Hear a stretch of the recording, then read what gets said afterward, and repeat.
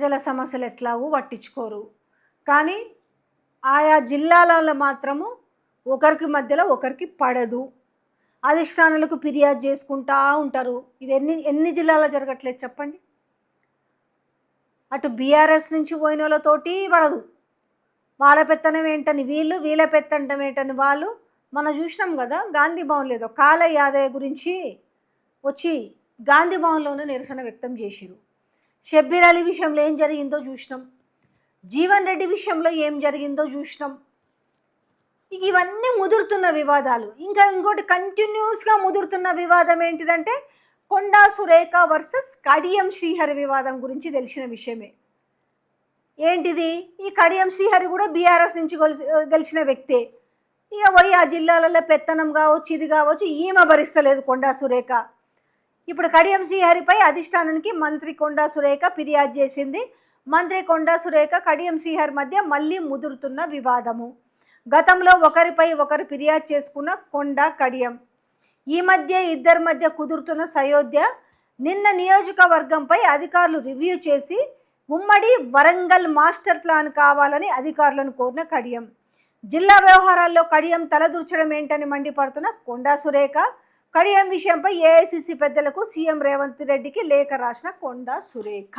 చెప్తున్నా కదా, ఎవరైతే బీఆర్ఎస్ నుంచి పోయిర్రో వాళ్ళు పెత్తనం జలాయిస్తామంటే ఈడ కాంగ్రెస్లో ఉన్నోళ్ళు తట్టుకోలేని పరిస్థితి. అరే అట్లెట్లా మీరు ఇది చేస్తారు? మేం కదా ఈడ ఉంది, ఈల పెత్తనం ఏంది మధ్యలో అనేసి ఈడ మంత్రి, ఆయనేమో ఎమ్మెల్యే, ఆయన ఏమనుకుంటాడు, ఆమె ఎంత నేనే తోపని ఈయన అనుకుంటాడు.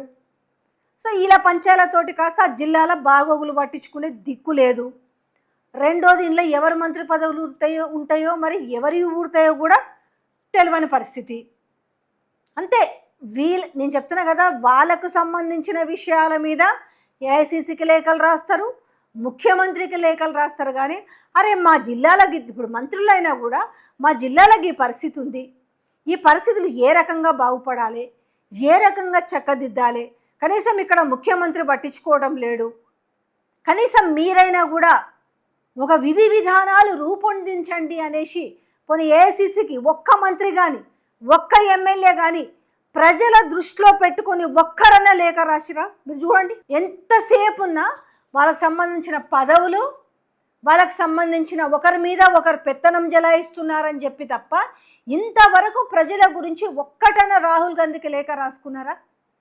వాళ్ళ పదవులు కాపాడుకోవడానికి మంత్రి పదవులు కావాలని చెప్పే లేఖలు రాసిరు. కానీ లేదంటే ఒకరి మీద ఒకరు కంప్లైంట్లు చేసుకోవడానికి తప్ప ఒక్కరన్నా ప్రజల గురించి, ప్రజల బాగోగుల గురించి, సరే మా కాన్స్టిట్యున్సీ నుంచి ముఖ్యమంత్రికి నిధులు ఇస్తలేడు, లేదు అంటే మా జిల్లాని ముఖ్యమంత్రి పట్టించుకోవడం లేదు, కనీసం మీరన్నా అతనికి ఒక సలహా ఇవ్వండో, సజెషన్ ఇవ్వండో, లేదంటే హెచ్చరించండో అనేసి ఒక్కరన్నా లేఖ రాసిన పైన మనం ఎక్కడన్నా ఏ పేపర్లు అన్నది చూసినామా?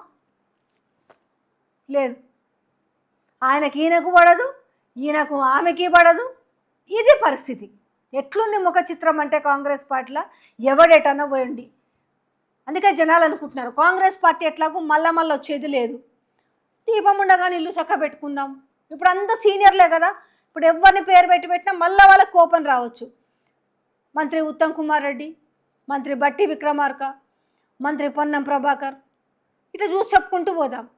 ఇక చాలే మనం రాజకీయాల్లో ఉన్న కాడికి ముందేదో చక్క పెట్టుకుంటే తర్వాత ఈ కాంగ్రెస్ పార్టీ మళ్ళీ అధికారంలో వచ్చేదా సచ్చేదా?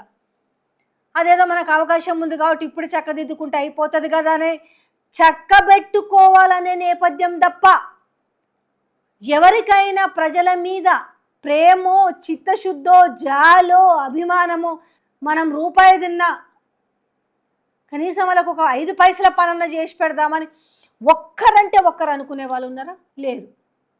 సో ఇది తెలంగాణ ప్రజలు చేసుకున్న దౌర్భాగ్యం. ఇది